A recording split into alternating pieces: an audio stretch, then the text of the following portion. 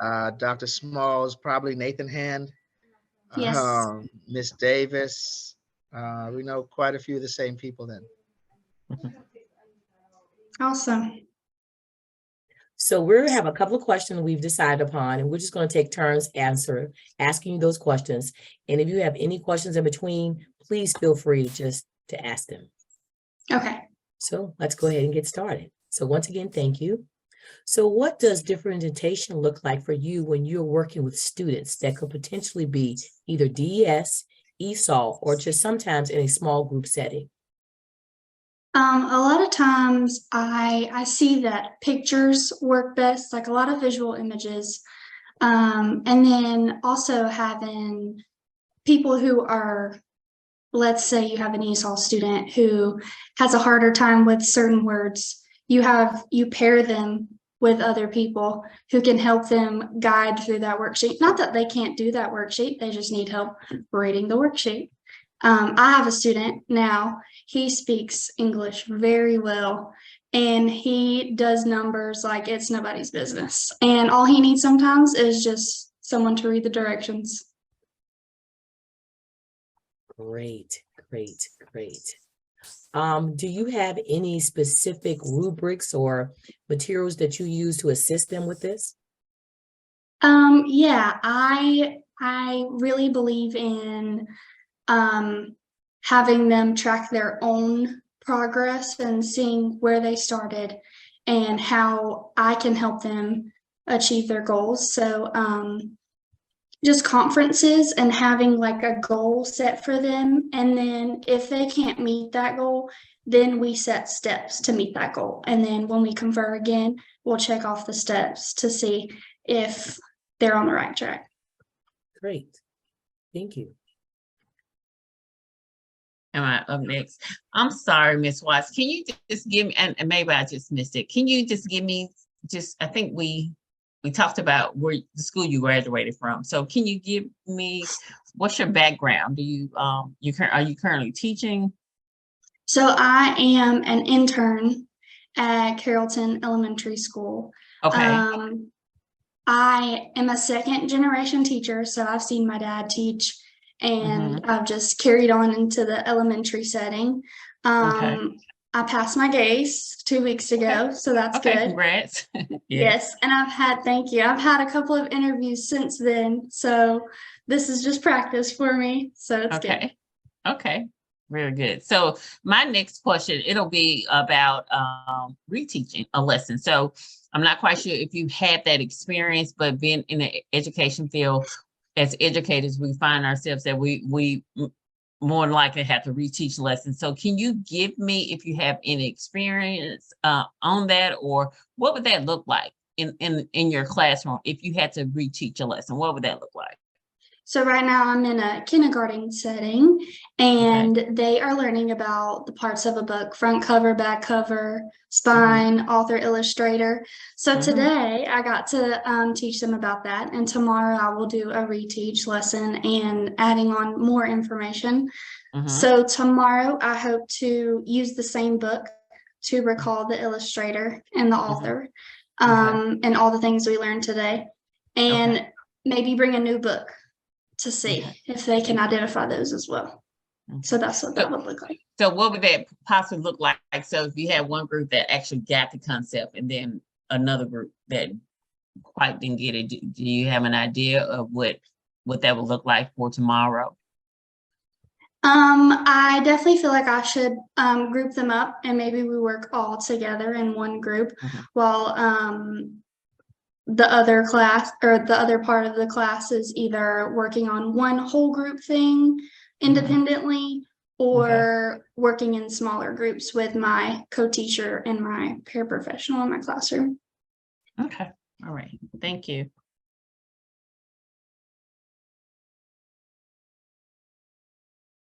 There we go. Let me get off mute. Ms. Watts, let's switch gears for a second. And let's say after your students have taken the test and the tests have been scored and graded, what do you do with that information? You use that information to guide your instruction and how you do your small group. learning is all about small groups. I feel like that's where you get the most out of their learning, just because you can put students who are on the same kind of understanding or level of certain content, and you can teach to their strengths and attain to their weaknesses as well in the same group. Fantastic. Do you ever share that data in real time with either the students or parents? I have seen it shown to the students individually. My co-teacher will show them, what they made on iReady, or we had a math test last week. She kind of just went over with each student if they thought that they didn't do their best, how they could do their best the next time. And they really cared about their grade. That was really cool to see. They were really heartbroken when they didn't get the grade that they wanted. So I like that. I haven't seen any with parents though, other than when you have a teacher parent conference. Mm-hmm. Yeah. When we have teacher parent conferences, we allow the students to have their own data sheets, so that when it's seen as if the teacher is failing the student, where the student tells their parents what their grades are and where their shortcomings are, it kind of like allows them to be more responsible. It works really, really well for us in elementary. Yes. Yeah. So That's a good tool to use. It is. And you mentioned, sorry. and you mentioned iReady. We use iReady. I actually work in a middle school, and that's important for, because I find like my middle school students, they rush through iReady because it's this long pacing. It is like really long. But like, I know they have those tools. Would it advise you what the students can do and what are your next steps? So how would you take that actually, those next steps? What would you do with the next steps in order to support that student who probably didn't do so well on their test? I know that there are teacher assigned lessons on iReady. So maybe instead of them doing the same thing as everyone else, they do a teacher assigned lesson and specifically what they need help in, and then they move on to just the normal iReady lessons that they have to complete. Okay. So let's describe or discuss your classroom management plan strategies. Like, how do you see your class? What initiatives are you going to implement? From day one, I feel like it's really important to set the rules and expectations for them. I love collaboration and peer-to-peer, a lot of student-led conversations. I want their brains to do the work, not mine. And I really want to incorporate positive reinforcement. So I hope to have in my classroom soon a kind of cash or golden ticket exchange where those tickets are never taken away from them, but if they do something well, they're immediately rewarded. And then on Fridays, they get to cash in for a prize or something like that. And hopefully that will reinforce the good behavior that's wanted. Yes, that's a wonderful plan there. We do the exact same thing at our school. We call them Bear Bucks, and it's our PBIS initiative, where we use B3, be positive, be respectful, be safe. And it's excellent that you want to set your rules. What would you do if you had a student who was not following the rules, but very difficult to reach, and he was oftentimes off task, or she was off task? Right.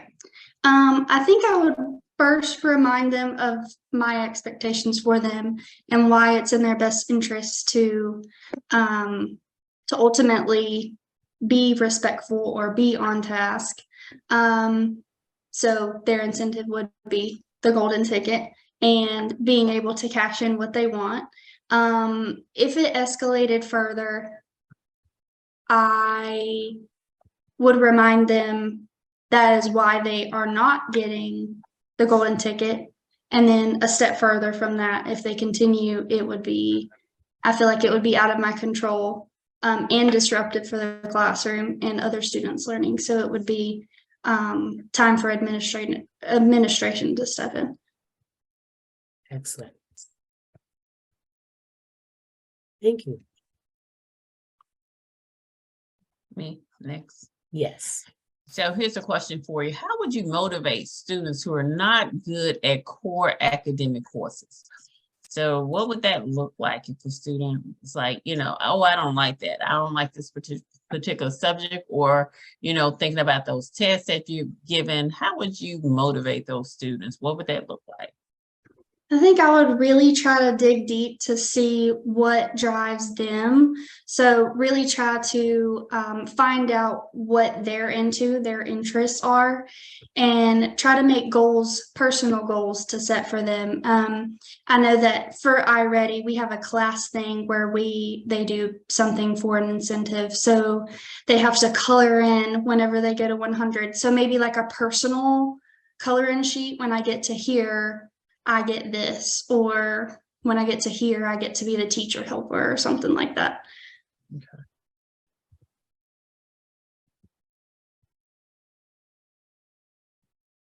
Okay. Well, thank you. Ms. Watts, we've asked you some tough questions about things like assessment and engaging unengaged students, and RTI and PBIS, and tough questions like that, reteaching lessons. I want to end with one that I think is kind of fun, okay? You want to? Yeah, absolutely. All right. No doubt, to be a great teacher, you have to love the subject you teach, you have to love students, and you have to love the art of teaching, right? The transfer of knowledge and pedagogy.